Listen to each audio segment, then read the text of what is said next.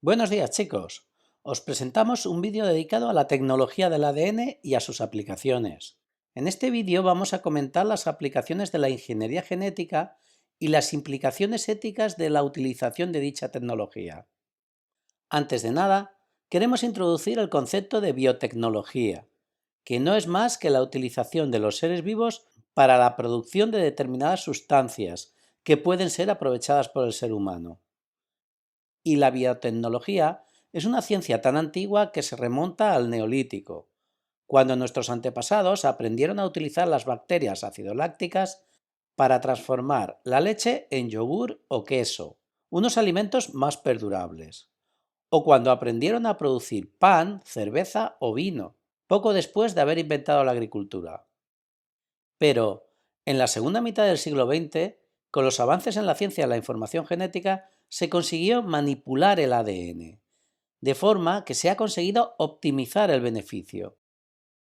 En la actualidad, la tecnología del ADN nos aporta posibilidades infinitas, llegando incluso a rememorar al mito de Frankenstein.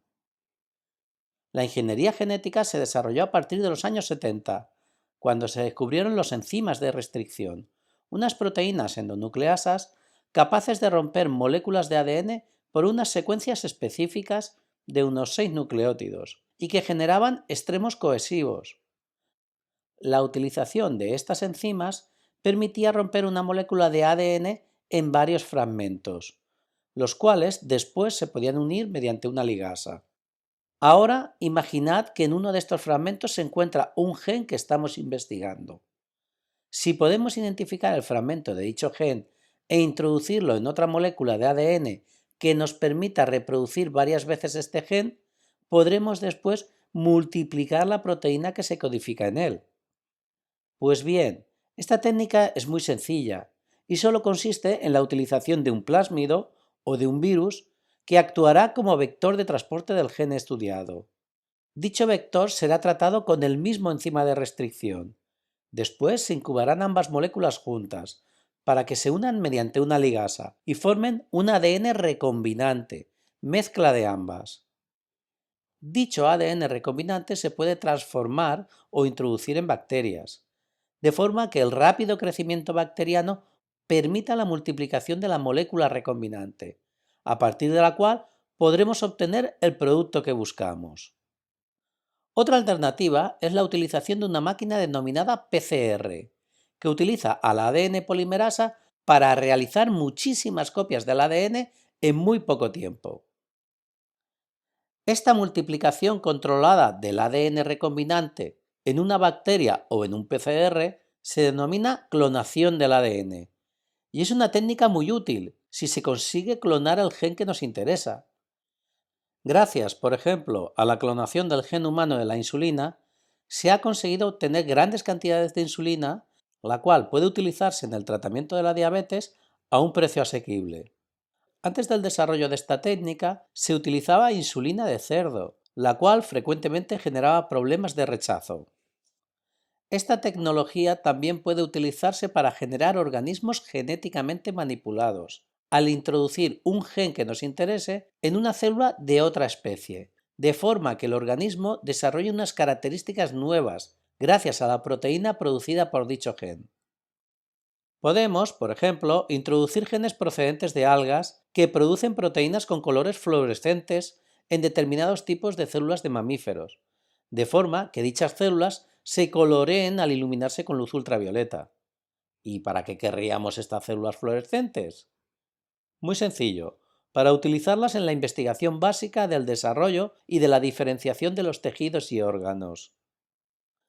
Cuando se fabrican organismos genéticamente manipulados en ganadería o agricultura con fines alimenticios, se suelen denominar transgénicos. El ejemplo más clásico es el del maíz, al cual se le ha introducido un gen para hacerlo resistente a una oruga que constituye una plaga en muchos cultivos. Si el maíz resiste a la plaga, aumentará la producción del agricultor. Ahora bien, los organismos adultos tienen muchos tipos celulares diferenciados, que se organizan en tejidos especializados, lo que dificulta la introducción del vector y la expresión del gen. Por ello, En esta tecnología se suelen utilizar células madre indiferenciadas y pluripotenciales, es decir, capaces de diferenciarse en muchos tipos celulares. Y en dichas células madre se introducirá el gen deseado y se incubarán en unas condiciones que les permitan su diferenciación y la expresión del gen. Tradicionalmente, el origen de dichas células madre eran los embriones o las células del cordón umbilical, lo que generó numerosos problemas éticos y legales. Pero ahora ya no es así, dado que se han conseguido encontrar células madre pluripotenciales de diversos tejidos en organismos adultos, o incluso se han conseguido reprogramar células ya diferenciadas para inducir su transformación en células madre. Son las células denominadas iPS. Por otra parte, también podemos clonar una célula entera y a partir de esta desarrollar un tejido o incluso un organismo.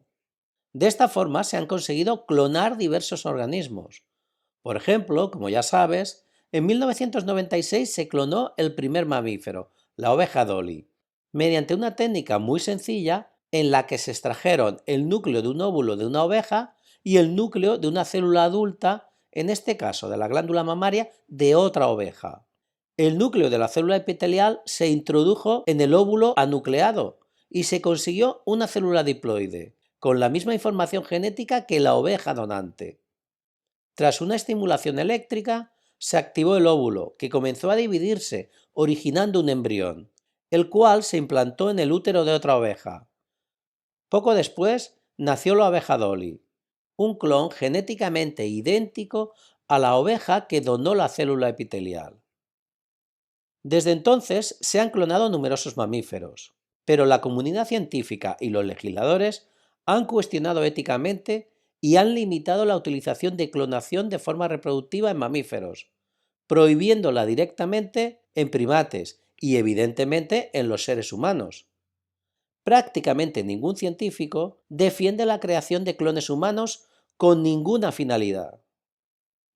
Otra cuestión es la clonación con fines terapéuticos, en la que se persigue la introducción de determinados genes en células madre indiferenciadas y la posterior diferenciación en el laboratorio de estas células madre para generar un tejido, para, posteriormente, introducir dicho tejido dentro de un paciente enfermo, de forma que el crecimiento de este tejido pueda ayudarle en la recuperación del órgano enfermo. Es relativamente sencillo conseguir que una célula madre se transforme en un tejido determinado, por lo que esta técnica podrá permitir la recuperación de órganos dañados a partir de células madre del propio paciente manipuladas genéticamente, para evitar la enfermedad y reprogramadas para su conversión en los tejidos adecuados. En cuanto a la metodología de introducción y sustitución de genes mediante ADN recombinante, es una técnica un poco tosca, debido a la dificultad para encontrar el gen adecuado.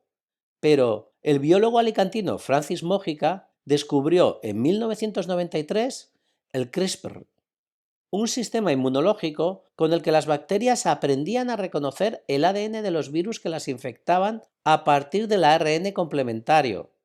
Lo rodeaban de unas secuencias palindrómicas y mediante una proteína denominada Cas9 lo cortaban y eliminaban. Este sistema se está investigando para convertirlo en un cortapega genómico, mediante el cual se pueden reconocer el alelo mutado causante de una enfermedad genética, cortarlo y sustituirlo por el alelo sano, de forma que se elimine la causa de la enfermedad en su origen, es decir, el ADN.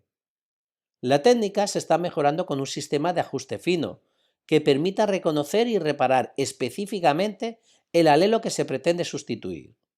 Pero el CRISPR también tiene un lado oscuro. Existe el peligro potencial de utilizarlo, no para reparar alelos causantes de enfermedades, sino para introducir genes que originen personas con mayores capacidades, lo cual es un evidente problema ético y moral. Son múltiples las aplicaciones de la ingeniería genética y en numerosos campos.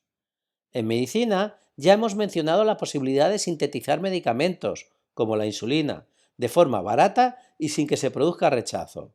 Pero también se utiliza en la búsqueda de nuevos antibióticos, desarrollo de vacunas o de terapias para el cáncer.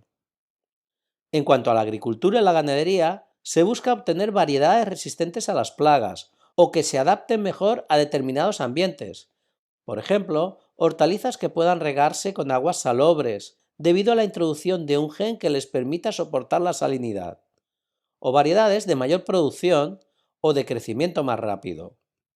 Este incremento de la producción podrá generar una mayor fuente de alimentos más baratos, aunque aquí también existe un lado oscuro, ya que se desconoce el efecto sobre el ecosistema de la posible hibridación entre la variedad transgénica y las variedades autóctonas, de la misma o de otras especies. Muchos de los productos así obtenidos se dedicarán a la alimentación, pero varios colectivos se manifiestan contrarios a los alimentos transgénicos, ya que dudan de sus efectos a largo plazo sobre la salud del consumidor, por lo que demandan de los legisladores que se prohíban o que al menos se informe en el etiquetado cuando un alimento tenga origen transgénico. Ahora bien, algunos alimentos transgénicos, como el maíz, se utilizan ya desde hace unos 30 años y no se han documentado problemas ni toxicidades por su consumo a largo plazo. Por otra parte, la sociedad humana tiene un problema con la contaminación debida a determinados productos difícilmente biodegradables, como lo es el petróleo, que son consumidos por bacterias de forma muy lenta. Para estos casos, la ingeniería genética permite la manipulación genética de estas especies de bacterias, de forma que eliminen los residuos más rápidamente. Denominamos biorremediación a esta aplicación medioambiental. Además, la tecnología del ADN nos ha permitido secuenciar el ADN del ser humano mediante el proyecto Genoma Humano. Esto nos aporta una información básica que podrá utilizarse para el futuro tratamiento de las enfermedades de origen genético. También se han secuenciado otras especies de interés alimentario, como el arroz, o especies en peligro de extinción que nos interesa preservar, como el lince o el tigre de Bengala. Por último, el estudio del polimorfismo de secuencias repetitivas en nuestro ADN puede utilizarse para establecer una huella genética con la que comparar los patrones de ADN de dos individuos, lo que puede ser útil en medicina forense o puede compararse el ADN de diversas poblaciones o especies para realizar estudios evolutivos. Bien, pues a pesar de todas estas posibles aplicaciones, la ingeniería genética presenta muchos detractores, que avisan de los posibles y perversos efectos que puede tener la manipulación del código de la vida, o avisan de posibles malos usos de la tecnología, como la clonación de seres humanos, la selección a la carta de características de los hijos, la posibilidad del conocimiento por terceras personas o del tráfico de empresas de la información genética de los pacientes, etc. Y también se pone en duda la capacidad del mercado para hacer llegar el excedente de alimentos a quienes lo necesitan, con lo que los grandes monocultivos de transgénicos no supondrán más que otro problema ambiental. Y se avisa del peligro que supone el monopolio de la comercialización de semillas tratadas genéticamente, ya que pocas empresas tienen la capacidad económica para investigar en la creación de OGMs y las pocas empresas que trabajan con transgénicos necesitan recuperar su inversión, por lo que comercializan semillas que producen plantas estériles a un precio muy elevado. Bueno chicos, con esto se completa el vídeo dedicado a la ingeniería genética y sus aplicaciones. Espero haber aclarado algo vuestras dudas sobre esta tecnología, de forma que podáis investigar más para crearos una opinión sobre las implicaciones éticas y medioambientales de su utilización, y que, a continuación, podamos establecer un debate sobre el tema. ¡Hasta pronto!